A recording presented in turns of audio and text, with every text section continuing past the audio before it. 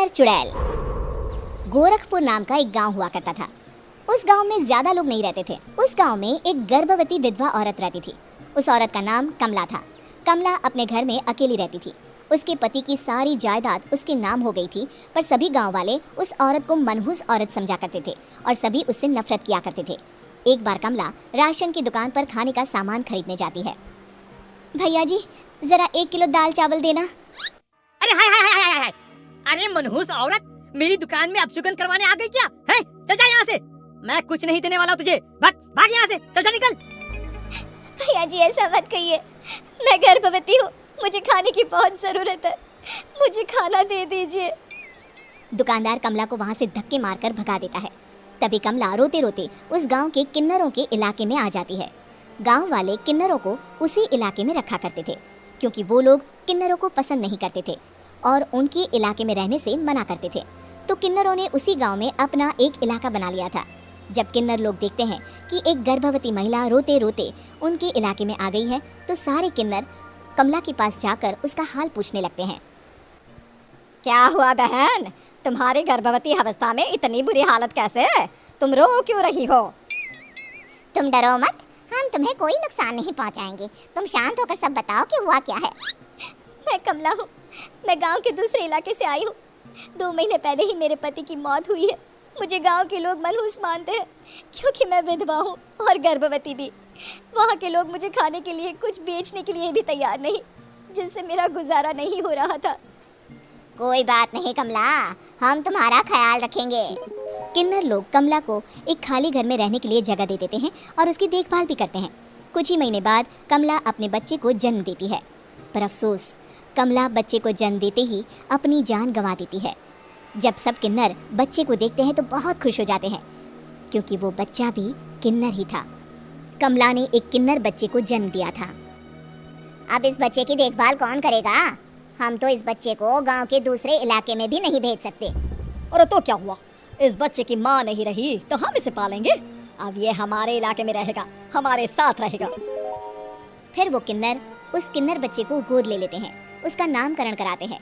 उस किन्नर बच्चे का नाम शक्ति रखा जाता है। देखते ही देखते शक्ति बड़ी होने लगती है। उसके रंग रूप बहुत सुंदर थे, वो बहुत सुंदर किन्नर दिखती है। एक दिन शक्ति एक किन्नर से पूछती है, माँ जी सुनिए ना, ये गांव के दूसरे इलाके में भी तो लोग रहते हैं, तो हम वहाँ क्यों नहीं जाते? हम उनसे अलग क्यों रहते हैं? शक्ति, क्योंकि वो लोग हमारे जैसे नहीं, वो लोग हमें पसंद नहीं करते, इसीलिए हम उनसे अलग रहते हैं।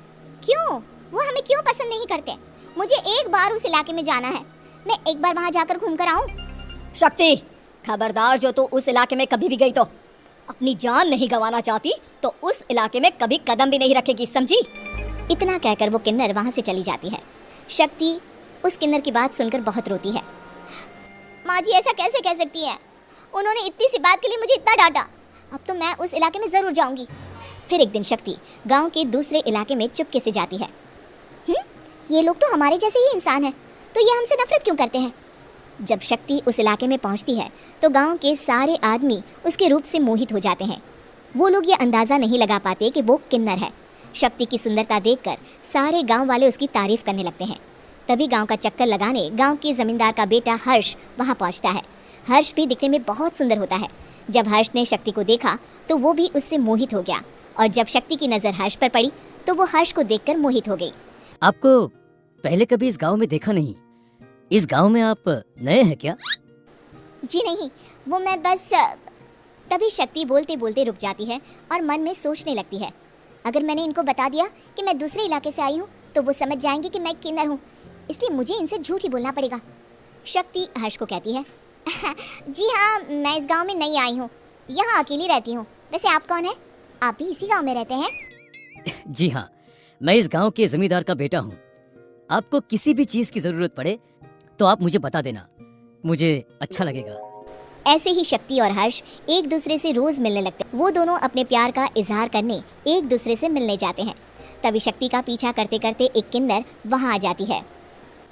शक्ति, मैं तुमसे बहुत प्यार करता हूँ, मैं तुमसे शादी करना चाहता हूँ। क्या तुम मुझसे शादी करोगी?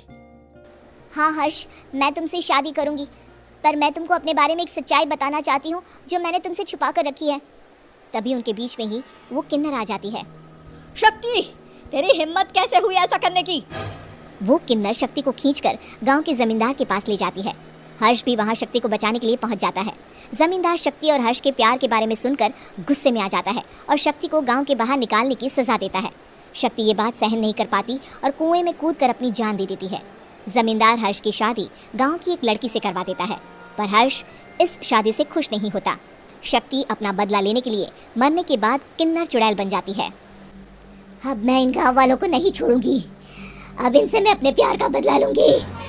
किन्नर चुड़ैल गांव वालों को परेशान करना शुरू कर देती है। एक बार वो रात को गांव के खेतों में पहुंच जाती है और वहां आग लगा देती है। सारी फसल जल के राख हो जाती है। जब एक आदमी रात को उठकर देखता है कि खेत में आग लग गई है तो वो वहां पहुंच जाता है। वो देखता है कि खेतों के बीचों बीच एक किन्नर चुड़ैल खड़ी है और वहां खड़े होकर ताली बजा रही है। गाँव वाला किन्नर चुड़ैल को देखकर बेहोश हो जाता है। जब सुबह उस आदमी को होश आता है तो वो सीधा जमींदार के पास जाता है। अरे जमींदार साहब, अरे वो किन्नर चुड़ैल ने मेरी सारी फसल जला दी। अब मैं क्या करूंगा, क्या होगा मेरा? जमींदार चुड़ैल किन्नर का नाम सुनते ही सब कुछ समझ जाता है। अब वो बहुत डर जाता है। उसी रात को जब जमींदार डर के मारे अपने कमरे में सो नहीं पाता, तभी वहां अचानक से किन्नर चुड़ैल आ जाती है। किन्नर चुड़ैल जोर जोर से जमींदार के आगे खड़ी होकर हंसने लगती है और ताली बजाने लगती है। जमींदार उस डरावनी किन्नर चुड़ैल को देखकर बहुत डर जाता है। तूने मेरे साथ बहुत बुरा किया, अब मैं तुझे जान से मार दूंगी। नहीं नहीं नहीं नहीं, नहीं। मुझे माफ कर दो, मुझे मत मारो। मैं कभी ऐसा दोबारा नहीं करूंगा। अब तुम जो बोलोगी वही मैं करूंगा। ठीक है, मैं चाहती हूँ कि किन्नर इलाका गांव के इलाके से जुड़े और गांव का कोई भी आदमी किन्नर समाज से द्वेष ना करे, उससे नफरत ना करे, नहीं तो मैं सारे गांव को मार दूंगी। और तुम गांव में एक नया कानून बनाओ कि अगर किसी ने भी किन्नर समाज को हानि पहुंचाने की कोशिश भी करी या इनसे भेदभाव करने की भी कोशिश करी तो उनको कड़ी से कड़ी सजा मिलेगी। हाँ, मैं ऐसा ही करूंगा। तुम जो बोलोगी वो मैं करूंगा, पर मुझे जाने दो प्लीज। तब वो किन्नर चुड़ैल वहां से चली जाती है। गांव का जमींदार किन्नर चुड़ैल का कहा मानते हुए दोनों इलाकों को एक कर देता है और नया कानून भी लागू कर देता है। तब से वहां किन्नर समाज और बाकी गांव वाले शांतिपूर्वक रहने लगते हैं।